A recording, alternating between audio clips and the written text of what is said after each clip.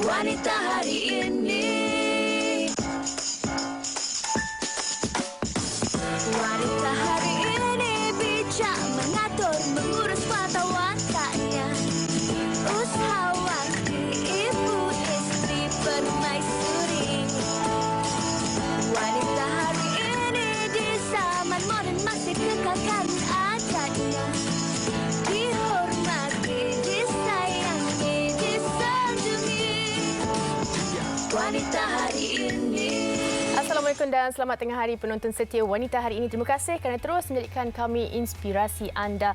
Dan hari ini siaran 4 Jun 2020. Kalau semalam Sugi bersama Rina, hari ini saya bersama Sugi. Ya, dah balik kepada dua orang bersiaran. Kami merindui Fatin semalam sejujurnya. Saya pun tengok je kat TV. Okay. Tapi itulah kami berharap anda semua sihat-sihat sahaja dan anda terus setia bersama kami sepanjang 1 jam ini. Dan hari ini kami bawakan anda satu topik yang cukup menarik dan perlu diberi perhatian. Topik ini adalah ubat gelisah jiwa yang akan kita kupas sebentar sahaja lagi bersama dengan tetamu-tetamu kita di studio. Banyak yang ingin kami kongsikan sebab saya rasa ini adalah satu topik yang mungkin ada dalam kalangan kita yang merasakan tak adalah sesuatu yang perlu kita ambil tahu kerana kita tak mengalaminya. Mungkin kalau kita tak mengalami, orang di sekeliling kita ataupun keluarga kita, dan ianya patut diberi perhatian dan juga ambil tahu kerana sememangnya kesan daripada penyakit ini bukan yang boleh dipandang rendah. Suki.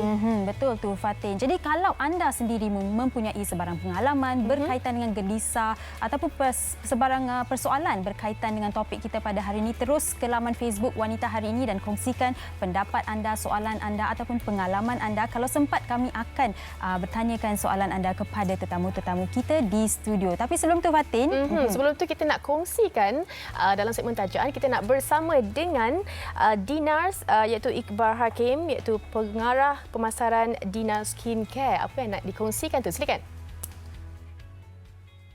Selamat tengah hari dan selamat hari raya kepada penonton Wanita hari ini.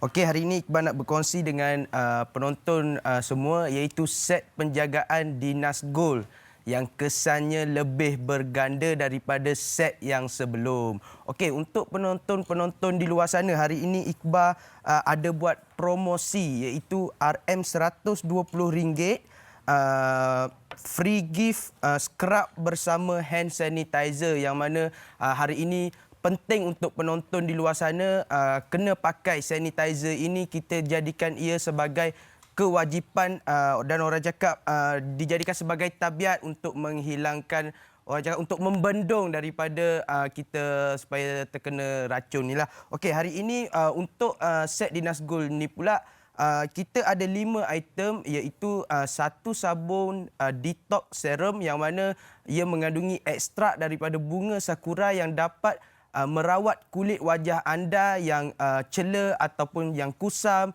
dan ianya akan, orang cakap detox soap ini akan menegangkan kulit wajah anda. Dan kita mempunyai 2 serum dan satu krim siang dan satu krim malam. Okey, untuk penonton wanita hari ini, anda kena dapatkan sendiri set luar biasa iaitu daripada Dinas Gold ini kerana anda akan merasakan kesannya sendiri. Saya tak nak cakap banyak pun tak guna. So untuk penonton-penonton di luar sana, anda perlu dapatkan set promosi hari ini RM120 set penggunaan Dinas Gold ini. Tetapi hari ini RM120 kita ingin bagi free scrub serta hand sanitizer. Scrub ini pula berharga RM35. Okey, sorry. Silap Iqbal di sini. Hari ini promosi hanya RM100 sahaja. Kita turunkan lagi RM20. Kita jadikan RM100. So untuk pengguna ataupun penonton wanita hari ini, kalau korang nak dapatkan set penjagaan Dinas Gold, korang boleh kontak nombor yang tertera di kaca TV 0127278477. Kita ada 3 nombor yang tertera di kaca TV. So dapatkan sekarang set pencerahan Dinas Gold RM100 beserta scrub dan sanitizer. So hari ini sahaja sale ini ataupun promo ini kita adakan sempena Dinas Gold yang bersiaran langsung di Wanita hari ini. Okey, jadi kepada pengguna-pengguna di luar sana, anda boleh kontak nombor yang tertera di kaca TV sekarang. Sebab lepas ni promo tak akan ada dah. So, kalau nak dapatkan Dinas Gold, jangan tunggu lama-lama. Hebat Dinas!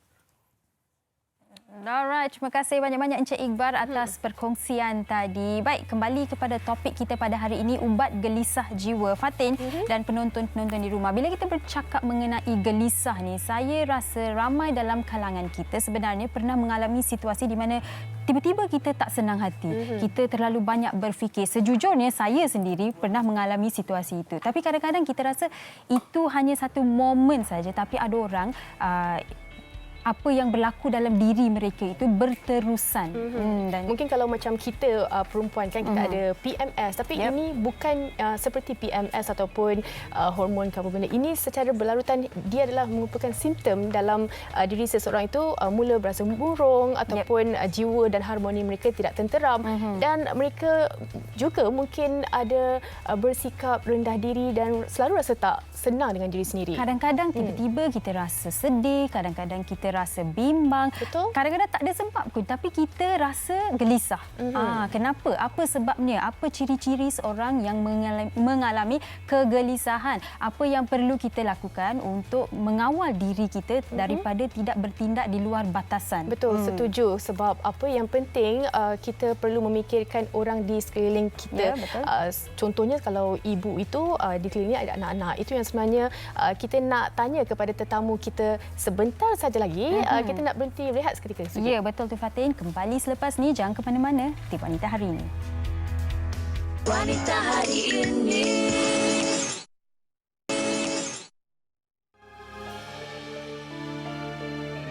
Sebagai manusia biasa, setiap individu tidak dapat lari daripada perasaan bimbang dan ragu-ragu terhadap sesuatu perkara. Namun sekiranya ia tidak dikawal dan diberi perhatian serius, keadaan mungkin akan bertukar menjadi lebih parah sehingga mengundang bahaya.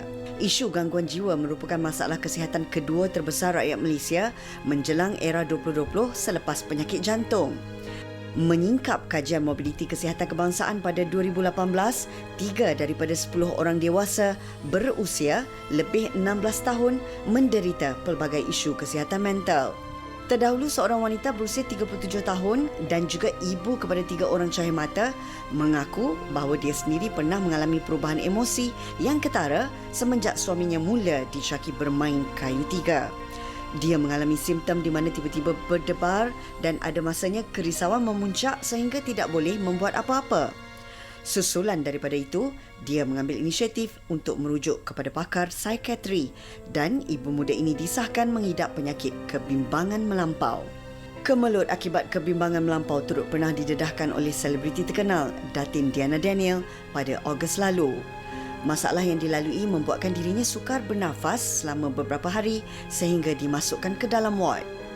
Menurut pakar, sikap keprihatinan ahli keluarga dan orang sekeliling terhadap mereka yang berhadapan dengan tekanan dan gangguan jiwa sedikit sebanyak mampu membantu golongan ini daripada membuat keputusan di luar jangkauan atau mengancam nyawa mereka sendiri. Namun masih ada sebilangan masyarakat yang tidak bertanggungjawab, berpendapat bahawa golongan ini kurang ilmu pengetahuan dan tiada pegangan agama hingga menyebabkan mereka menjadi gelisah dalam menghadapi tekanan. Sejauh mana kebenarannya?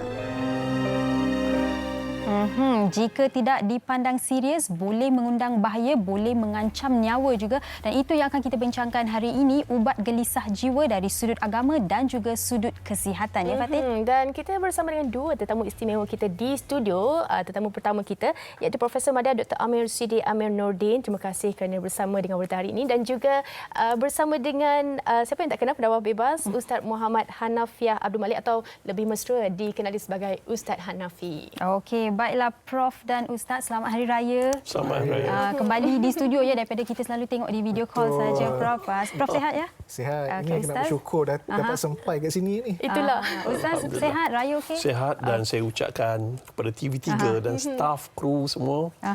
selamat ulang tahun ke-36. Terima kasih banyak-banyak Ustaz. Okey, baiklah Prof. Selaku pakar perunding kanan psikiatri Universiti Malaya, Prof.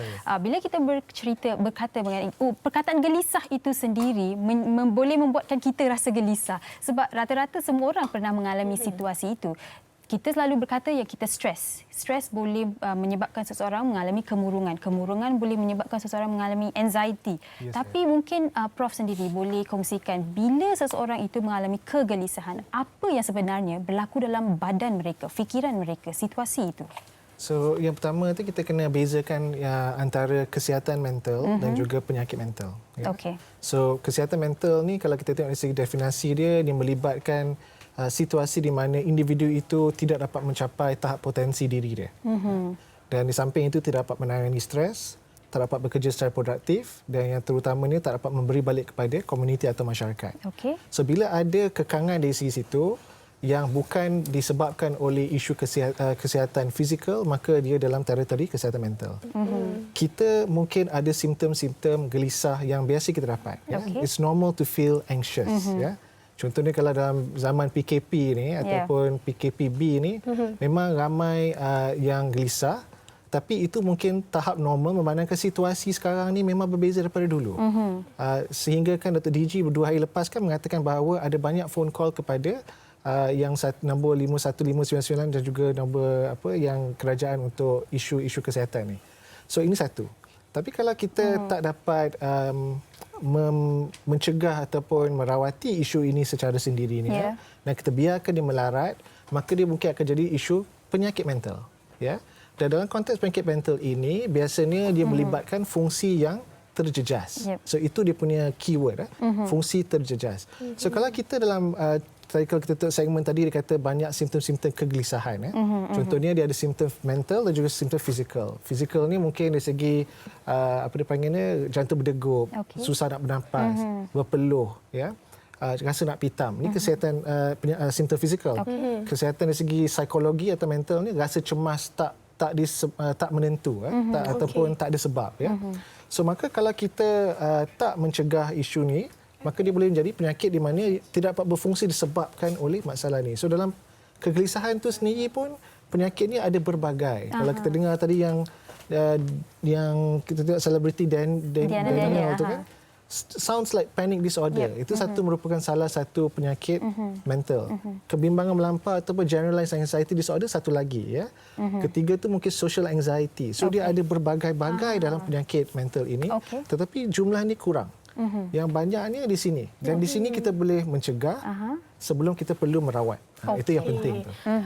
Tapi itu dari segi simptom dan juga secara keseluruhan ciri-ciri siapa yang berdepan dengan penyakit ini. Bagaimana pula kita nak tahu dari segi agamanya? Adakah kebarangkalian bila kita jauh daripada orang kata pegangan yang sepatutnya, kita mula berfikir yang luar jangkaan kita? Mungkin Ustaz boleh kongsikan. Okey. Dia begini. Ubat gelisah, sakit, kebimbangan apa semua ni, semua itu adalah ujian daripada Allah. Allah akan test kita untuk kita tengok kita beriman ataupun tidak. Dan orang yang beriman, dia ada banyak level. Contoh, level yang pertama kita panggil iman ilmu. Mereka ni kita gelar orang Islam. Bila ditimpa musibah atau ditimpa dengan ujian, dia resah.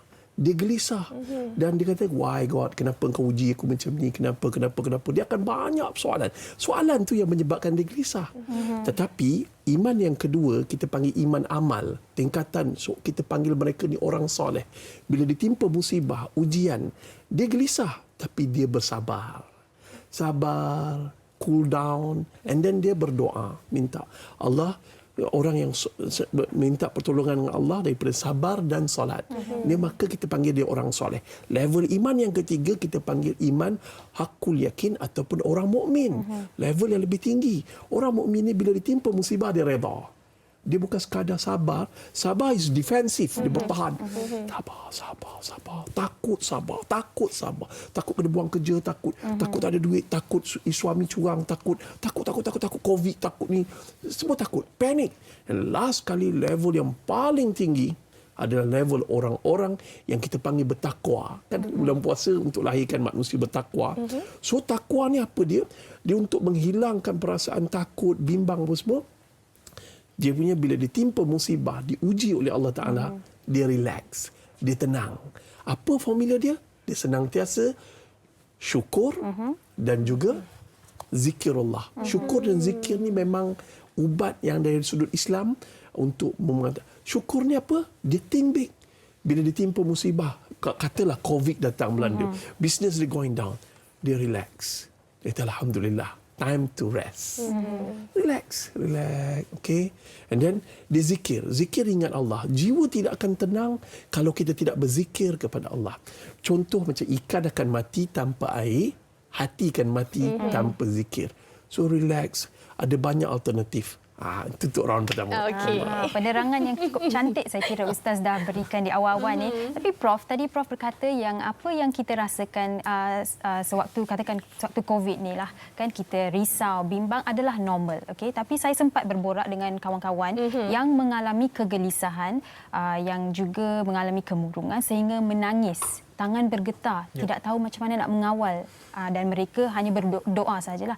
Jadi mungkin Prof boleh kongsikan tahap kegelisahan yang mana yang dikatakan sudah ekstrim, yang perlu diberikan perhatian dari segi kesihatan? So yang pertama tu macam kita bincangkan tadi itu, simptom-simptom saya bincangkan tadi, semua akan mengalami simptom tersebut, ya. Tetapi apabila situasi di mana fungsi terjejas, dan fungsi itu boleh dari segi yang awal ni fungsi diri sendiri, tidur terjejas contohnya, ya. Cepat marah, biasanya dia tenang tapi dia cepat marah. Apa dipanggilnya, terapat berfikir dengan baik, ya.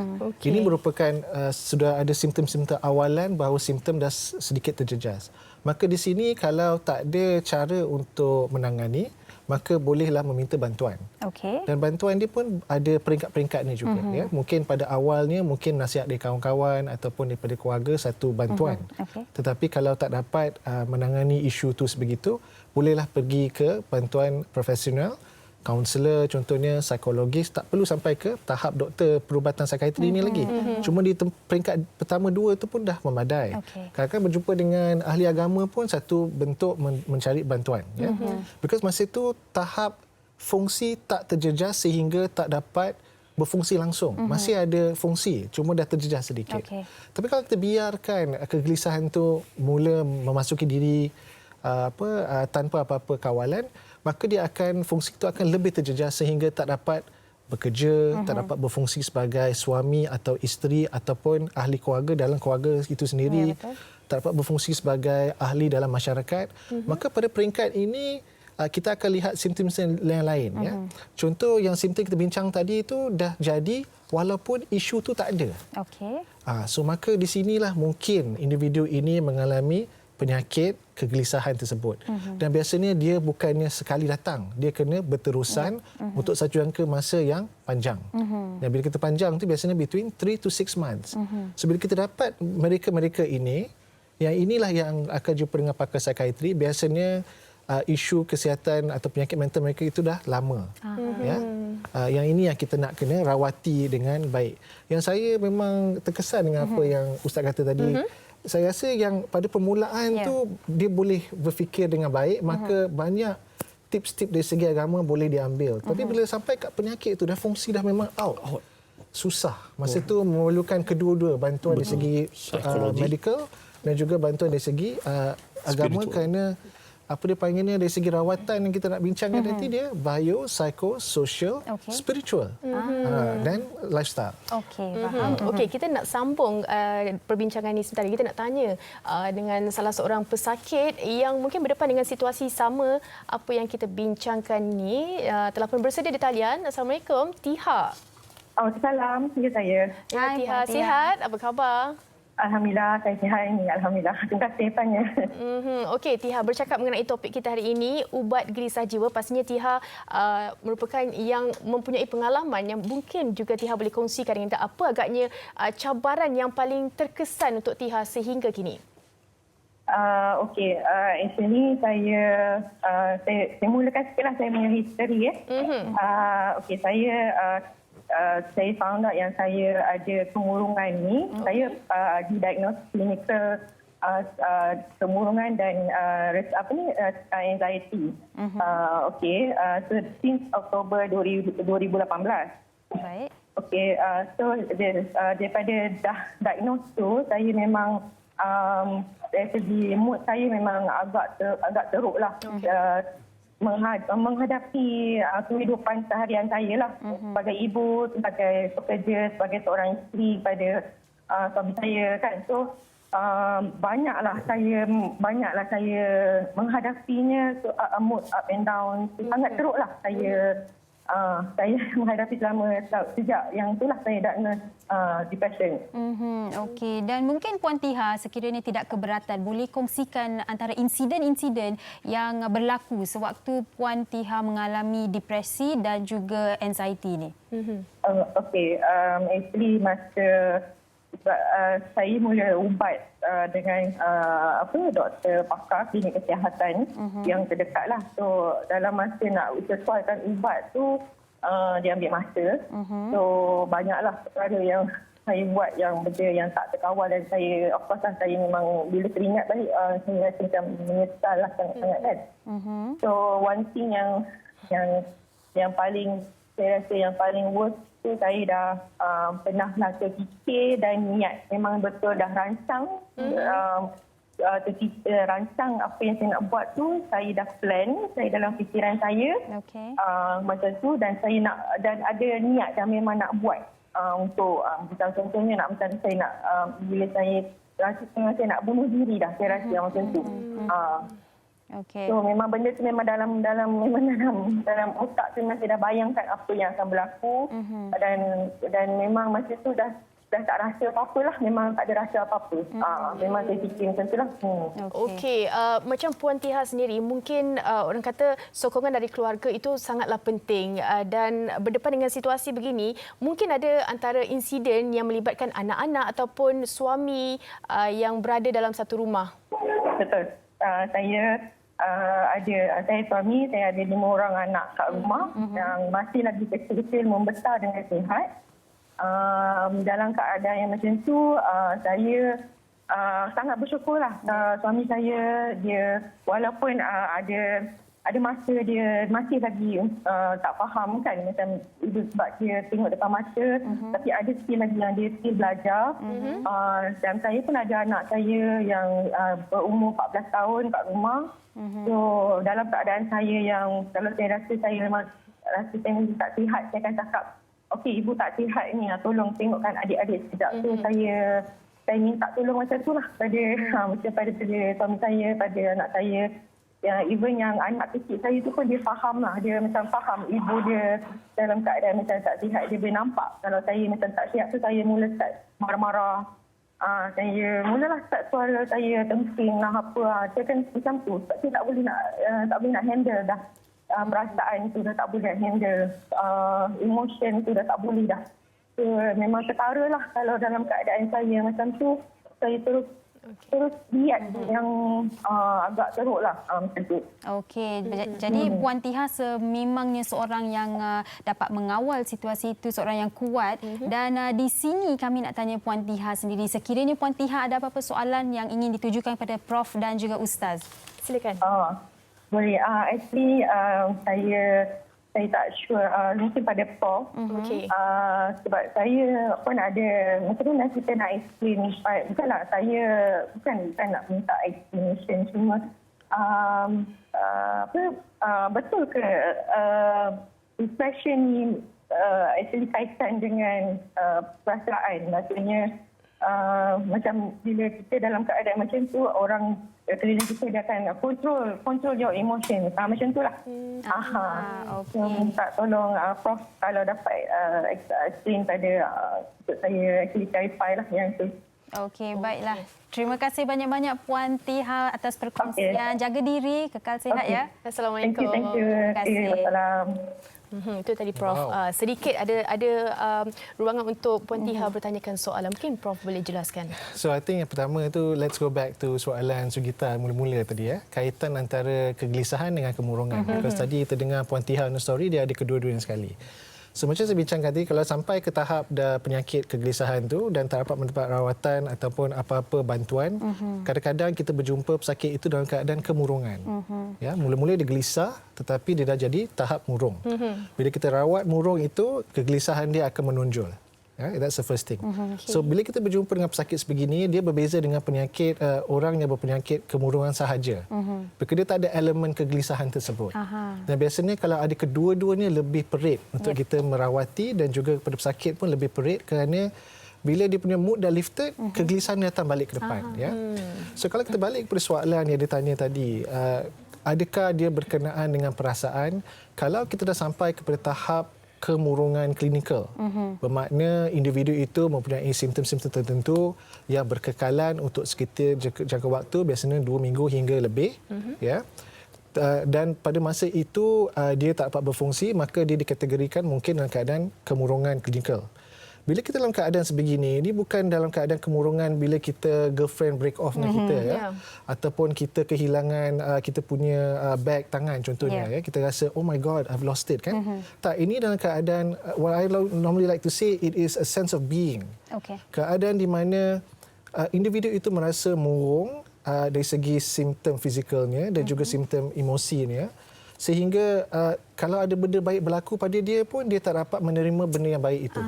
It's a sense of being. So pada masa ini biasanya simptom-simptom lain kegelisahan, kemurungan itu akan menonjol. Susah untuk berfikir, ya. Rasa tak berguna. Rasa apa dia panggilnya, tak ada apa-apa benda untuk dia. Dan maka pada masa inilah juga kadang-kadang walaupun sewarak macam mana pun, terfikir atau terdetik bahawa mungkin dunia ini tidak memerlukan saya lagi. Ya, so pada masa itu, kat pendapat saya lah, individu itu mungkin kehilangan kewarasan sedikit. Ya, because he's lost the sense of reality testing tu. Dan itulah kita kadang-kadang kita risau pada tahap ini. Dan kalau kita tengok balik kepada kemurungan juga, seperti tadi ditanya, adakah peringkat-peringkatnya? Dia ada mild, moderate, severe. Dan pada pendapat saya sebagai orang Islam juga, dan juga masyarakat timur, ya, kita memang tak begitu menerima dari segi diri ini nak mencederakan diri sendiri. Sebab kalau kita dah terfikir, terdetik, tertanya-tanya diri kita adakah boleh atau tidak, saya rasa itu dah peringkat moderate to severe dah. Because biasanya kita punya naluri ini memang tak nak menerima benda macam ni. So bila dah sampai kat level macam itu, kita dah peringkat kemurungan moderate to severe, dan pada masa ini memerlukan rawatan yang lebih lanjut lagi. Kalau pada awalan ni masih boleh dirawat dengan bantuan ahli agama kita, apa dipanggilnya kaunselor dan psikologis. Tapi bila sampai ke peringkat sebegini, saya rasa lebih selamat, ya, pergi ke pakar-pakar di hospital supaya boleh mungkin di-wardkan kalau perlu, ataupun at least dibantu dari segi situ. Okey, baiklah. Ustaz, saya kira Ustaz pun ada sesuatu yang ingin ditangkap tambah kepada apa yang Prof kongsikan, daripada apa yang Tiha kongsikan tadi. Mungkin Ustaz boleh kongsikan dari sudut agama, bagaimana seseorang boleh membantu diri mereka dalam situasi begitu perit, begitu susah. Okey. Saya ucap terima kasih pada Prof sebab banyak saya belajar hari ini, dan pada Puan Tiha kerana berani. Berani bukan senang share benda-benda yang kritikal macam ni. So saya cuma nak beritahu pengalaman saya. Contoh, mudah-mudahan menjawab semua persoalan. Dan ni saya merawat penagih dadah, dan mereka ni punca kena bipolar disorder, skizofrenia dan apa semua. Dadah juga memainkan peranan penting. Samping dadah menyebabkan kesihatan mental dia terganggu, mereka juga mempunyai personality. Personality yang menyebabkan mereka nak gaya hidup, nak tarik perhatian yang melampau, berpunca pada diri dia. Dan bila bermasalah macam ni, dia punya pilihan. Kita ada pilihan, sama ada kita nak tetap kita stres, kita tension, kita kemurungan, itu pilihan di tangan kita. Kita yang menentukan. Sometimes don't fight the stress, tapi divert. Jangan fight benda-benda macam ni. Dia layan. Kenapa suami aku curang pada aku? Kenapa anak aku bising? Kenapa semua? And syaitan pun masuk ketika tu. Syaitan masuk. And then from that lah yang hilang akal. Tu yang nak bunuh diri, tu nak buat apa. So relax. Sometimes berapa besar pun masalah anda di sana, kena ingat Allah ada. kita ada Allah, kita ada Tuhan, minta pertolongan daripada dia. And then teknik yang kita jawab penagih-penagih dadah ni, yang nak bunuh diri, skizofrenia, yang sampai nak lompat bangunan, dah kelar-kelar kan. Saya kata tarik nafas dulu. Tarik nafas 7 saat mungkin, Prof boleh tambah 7 saat, 8, tahan 5 minit, 5 saat, lepas tu hembus 8 saat. Dia ada teknik nafas. Sesiapa je pesakit-pesakit psikiatrik yang ke hospital dalam keadaan dia nak bunuh diri apa semua ni, mereka akan dibetulkan bernafas dulu. Sebab asas kehidupan bernafas. Bila bernafas, jiwa akan tenang, jantung akan stabil, dan ketika tu baru kita ajarkan beberapa teknik untuk dia jadi call back. Macam tu teknik. Dan ada juga gangguan jin. Ada juga gangguan syaitan. Ada juga disebabkan sihir. Benda-benda kesihatan mental, kegelisahan ni mesti ada sebab dan punca. Kita jumpa punca dia, kita rawat. Sometimes ada orang dia tak boleh minum kopi. Minum kopi, jantung dia berdebar. Dia teringat. Dan dia tak boleh tidur malam. Hari ni remaja kita yang suka main Facebook, main game tengah-tengah malam, main chat. So, dia menyebabkan cara hidup dia, menyebabkan dia sendiri yang menyebabkan kegelisahan itu timbul. Dan bila orang marah, dia kata masyarakat tak memahami diri dia. So kita ubah step by step. Ada juga berpunca dari sebab kewangan. Ramai businessman yang tengok, alamak, stock market jatuh. Alamak, ya Allah, dia resah, gelisah. Because dia terlalu layan. Dia terlalu collect data, terlalu melayan perasaan.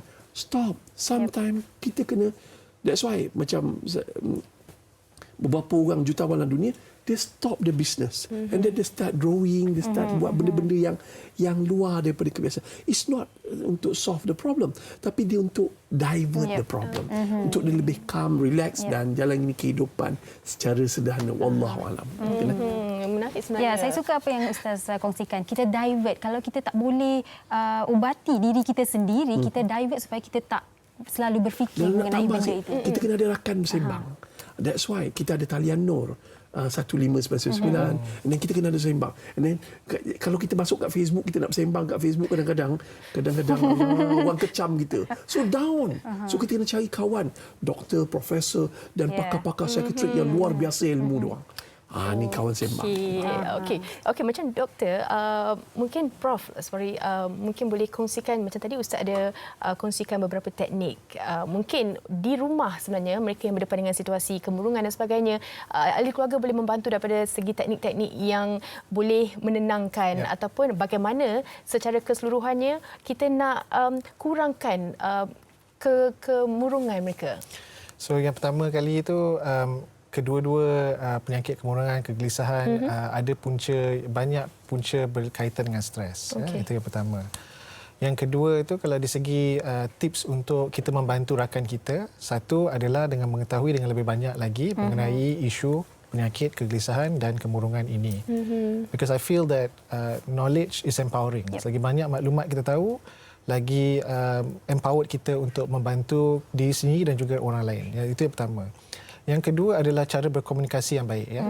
It is not helpful kalau kita kata relax ataupun kita kata kepada, kalau di sini boleh kata relax pada diri sendiri macam saya Ustaz kata tadi. Tapi if your friend, kawan kita tengah struggle, lepas itu kita kata relax, tak membantu. Yang lebih membantu adalah kita memberi satu ruang supaya dia dapat meluahkan perasaannya tanpa apa-apa judgement. Itu sebab masa kita buat program Let's Talk Minda Sehat dulu, TALK, yang L tu listen without judgement. Maknanya kita mendengar tanpa apa-apa apa dipanggilnya judgement. Dan itu lebih membantu. Yang kedua itu adalah dengan mengetahui mana nak mencari bantuan. Yang kita bincang tadilah. Kalau kita tak mampu, kita dah kasih sedikit nasihat, kawan kita masih lagi dalam keadaan atau keluarga kita masih dalam keadaan resah. Kalau kita mengetahui mana bantuan-bantuan yang ada, lebih membantu kepada individu tersebut. So these are the some small things yang kita boleh buat untuk kawan-kawan kita ataupun keluarga kita pada masa ini. Menarik doktor berkata kita perlu mencari kawan untuk berkomunikasi yang tidak akan orang kata menilai kita. Sebab kadang-kadang kita pergi dengan masalah, kawan kata alang kau ni banyak berfikirlah, kau stres saja. Mungkin di penghujung ini Ustaz boleh secara ringkasnya berikan sedikit pesanan kepada mereka yang mengalami kegelisahan jiwa ni. Kegelisahan jiwa, kalau anda berhadapan dengan masalah gelisah, ingat kembali kepada Allah dan memohon pertolongan doa. Belum ada lagi Tuhan kecam kita berdoa. Tapi kalau kita berdoa kat Facebook memang kecam. Tapi kita doa, ya Allah, I need your help. Please, ya Allah. And then dalam doa dia ada hope. Harapan. Kadang-kadang kita dah tak ada harap, dah tak ada apa dah. Mungkin kita takkan boleh hidup dengan, saya seorang sakit kanser. Saya memang tak ada, doktor pun beritahu you tak ada chance. You punya last date 20 hari bulan 1 2018. Tapi saya kata still ada Allah and ada hope. Hope lah. And then saya tak layan kesakitan kanser tu. Saya lalui kemoterapi, saya tak layan, tapi saya divert. Saya jumpa kawan-kawan biker saya, bawa apa semua. So kita kena manage stres kita sebelum jadi kegelisahan, ketakutan, kecelaruan. Dan akhirnya mungkin Prof boleh setuju dengan saya, sebab saya ada baca tentang kecelaruan kimia di bahagian otak. Disebabkan dia melayan stres ni. Dan disebabkan chemical yang dia ambil. Kadang-kadang dia orang terlalu merokok. Merokok, and then sometimes dia terlalu banyak benda yang dia merosakkan diri dia. Makan, minum drink, soda drink yang terlalu banyak, manis. So dia akan menyebabkan resah, gelisah. Tapi kalau dia banyak minum air sejuk, banyakkan mandi. Sebab bila kita gelisah, heating. Sebab tu dalam Islam, bila kita marah, kita diminta ambil uduk. Duduk daripada berdiri, duduk, baring, tak boleh, ambil uduk. And then cool, warm your body. And then menenangkan, cool your mind. Wallahualam. Okey, untuk Prof pula sedikit di hujung ini, pesanan buat mereka yang mungkin tertunggu-tunggu mengenai apa agaknya yang paling penting mereka lakukan. I think yang paling penting yang selalu kita sering sarankan kepada semua penonton, terutamanya untuk menjaga kesihatan mental kita tanpa ubah-ubatan. Contoh dia, maknanya kat peringkat sini yang kita bincang tadi, bukan peringkat sini berjumpa dengan saya. Kalau boleh kita nak cegah di sini. Yang pertama, pastikan bahawa rutin tidur bagus. Itu penting. Gelisah atau murung ataupun bipolar atau skizofrenia yang telah Ustaz katakan tadi, yang satu bantuan yang membantu banyak sangat adalah rutin tidur yang baik. Yang kedua adalah pastikan bahawa anda at least ada sedikit exercise. Disarankan biasanya lebih kurang 120 minit seminggu. It's about 30 to 20 minutes per day, about 2 or 3 days in a week. Contohnya. Yang ketiga adalah pemakanan yang sihat. Kalau makanan bergula yang banyak, selain daripada diabetes, dia juga boleh menaikkan mood. Tapi bila dia ada gula crash, dia akan menurunkan mood. Kalau kita makan beberapa jenis minuman atau makanan, mungkin akan menyebabkan simptom-simptom lain yang kalau kita ada apa dipanggilnya sedikit probability mendapat penyakit ini, dia akan meningkatkan lagi. Itu yang tiga yang saya rasa penting. Yang last sekali adalah self-care. So self-care adalah apa-apa aktiviti yang kita niatkan untuk membantu mengurangkan stres, membantu dari segi kesihatan fizikal dan mental. Maka kita sarankan bahawa kita selalu membuat self-care. So inilah antara beberapa tips lah. Banyak yang dikongsikan oleh Ustaz dan Prof. Gaya hidup sihat, self-care, cara pernafasan dan banyak lagi yang kami kira anda boleh tonton semula di YouTube TV3 sekiranya anda ingin mendapatkan tips-tips ini. Baiklah, kami nak ucapkan terima kasih banyak-banyak kepada Prof. Madya Dr. Amir Siddiq dan juga Ustaz Muhammad Hanafiah sekali lagi atas perkongsian yang cukup baik. Harapnya apa yang kami kongsikan mengenai tips ubat gelisah jiwa ini dapat memberi manfaat kepada anda di rumah dan juga khusus ahli keluarga yang mungkin berdepan dengan situasi. Baiklah, kita akan berehat sebentar. Kembali selepas ini, jangan ke mana-mana. Wanita hari ini.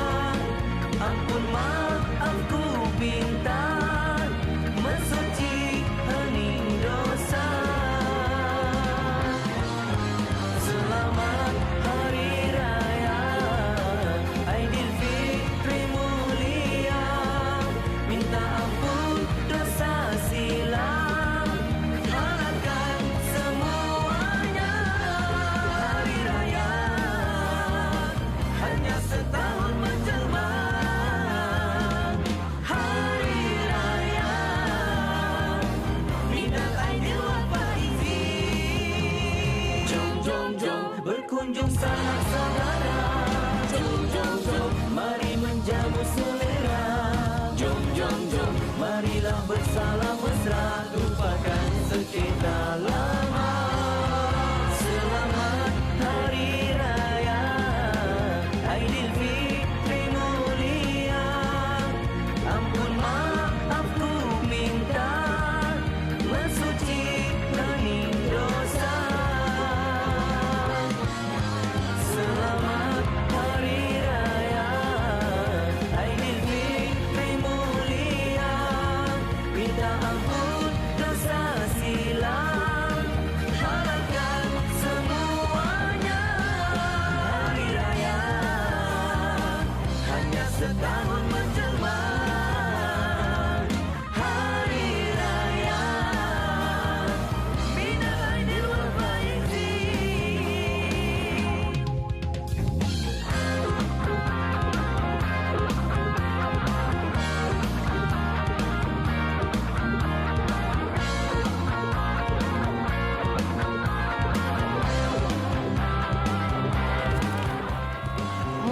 Kami berharap anda juga masih lagi dalam mood raya seperti kami berdua dan semua orang di WHI. Dan itu dia tadi lagu Minal Aidin wa Faizin daripada Acik UKs. Okey, kumpulan UKs dengan lagu raya terbaru mereka. Dan sekarang ni kita akan bersama dengan Acik, vokalis UKs di talian. Hello, selamat tengah hari Acik. Assalamualaikum. Hello, selamat tengah hari. Itu dia Acik berpakaian baju raya. Ya, Ya, baju raya ya? baju raya, masihlah raya, dalam mood raya lagi kan. Bagus. Selamat Hari Raya. Selamat Hari Raya, maaf saya batin. Okey, Acik, berkenaan dengan lagu terbaru, lagu raya daripada UKs ni, mungkin Acik boleh kongsikan siapa penulis lirik dan bagaimana sambutan daripada peminat UKs sendiri? Okey, lagu raya ni pencerita dia macam biasalah Abang Amy UKs. Tapi alhamdulillah buat sekarang ni dengan tengah pencapaian yang lebih lagi daripada peminat-peminat. Saya harap dapat campailah apa yang diimpikan. Okey. Jadi Acik, lagu raya ini sememangnya dirancang sebelum raya ataupun tiba-tiba tercetus idea untuk buat lagu raya? Lagu raya ni memang dari awal lagi dah fikir dah untuk nak buat. Memang kita orang akan prepare. Setiap tahun akan ada lagu raya. Okey, adakah lagu ini mendapat idea dan cetusan masa PKP hari itu? Duduk rumah lama kan? Jadi why not kita buat lagu raya? Ada jugalah. Masa PKP ni kita kan tak buat apa-apa kat rumah. Kadang-kadang adalah terfikir nak buat lagu raya lah kan. Itulah. Biasanya Abang Amy lah yang buat semuanya. Semua lagu dia yang buat. Okey, jadi mungkin di sini Acik boleh kongsikan kepada peminat-peminat UKs yang belum lagi mendengar lagu tajuknya saya susah sebut sebenarnya. Lagu Minal Aidin wa Faizin. Apa pesanan Acik kepada mereka dan mungkin boleh kongsikan apa sebenarnya maksud Minal Aidin wa Faizin bagi mereka seperti saya yang tak tahu maksudnya. Minal Aidin wal Faizin ni kita macam mengucapkan hari raya lah. Kita ringkaskan lah perkataan Minal Aidin wal Faizin. Okey, baiklah. Jadi pesanan kepada peminat-peminat. Macam mana? Pesanan kepada peminat-peminat UKs. Okey, pesanan saya, jangan lupa teruskan menyokong lagu terbaru UKs yang akan keluar. Keluar yang terbaru lagi. Yang ada yang terbaru ni, ada yang keluar lagi lagu Hadilah Kasih. Okey, di mana? Di mana agaknya peminat UKs kalau nak berkomunikasi dengan UKs sendiri ataupun nak tahu perkembangan UKs terkini? Kalau nak tahu perkembangan UKs boleh cari UKs dekat IG UKs_online ataupun Facebook UKs sahaja. So dekat situ boleh tengok perkembangan UKs. UKs bergerak ke mana, ke show mana boleh. Okey, baiklah. Terima kasih banyak-banyak Acik. Sekarang saya dah pandai sebut tajuk lagu Minal Aidin wa Faizin. Okey, terima kasih. Selamat Hari Raya. Selamat Hari Raya. Selamat Hari Raya. Itu dia Acik daripada kumpulan UKs. Mana-mana peminat UKs yang masih lagi belum mendengar lagu terbaru dari UKs, cepat-cepat ke IG dan juga Facebook mereka. Dan dalam keceriaan mood raya ni, kita berehat sebentar, kembali selepas ini. Kita hari ini Okey, kembali bersama kami dan kita dah pun sampai di penghujung siaran hari ini dan kami berharap apa sahaja yang dikongsikan hari ini memberikan anda manfaat. Banyak sebenarnya yang dapat kita menjadikan simpulkan. inspirasi Inspirasi. simpulkan dari apa yang dikongsikan oleh Prof dan juga Ustaz sebentar tadi. Kalau boleh Fatin, saya nak simpulkan apa yang saya sendiri dapat daripada perbincangan hari ini. Yang penting seperti Prof katakan tadi, gaya hidup yang sihat. Yang kedua, self care. Kita kena jaga diri kita sendiri dan yang menariknya Ustaz kongsikan tadi, pernafasan kita. Teknik pernafasan. Apabila kita stres, kita rasa gelisah, kita ambil nafas yang panjang-panjang, kira 7 saat, lepas tu kita hembus nafas. Dan esok kita akan bersama dengan Fiza Sabjahan dan juga Hawa Rizwan dalam Hikayat Perkahwinan dengan topik tanda rumah tangga dalam bahaya. Okey, jadi jangan lupa saksikan WHI esok. Sehingga itu, terima kasih. Jumpa lagi. Bye-bye.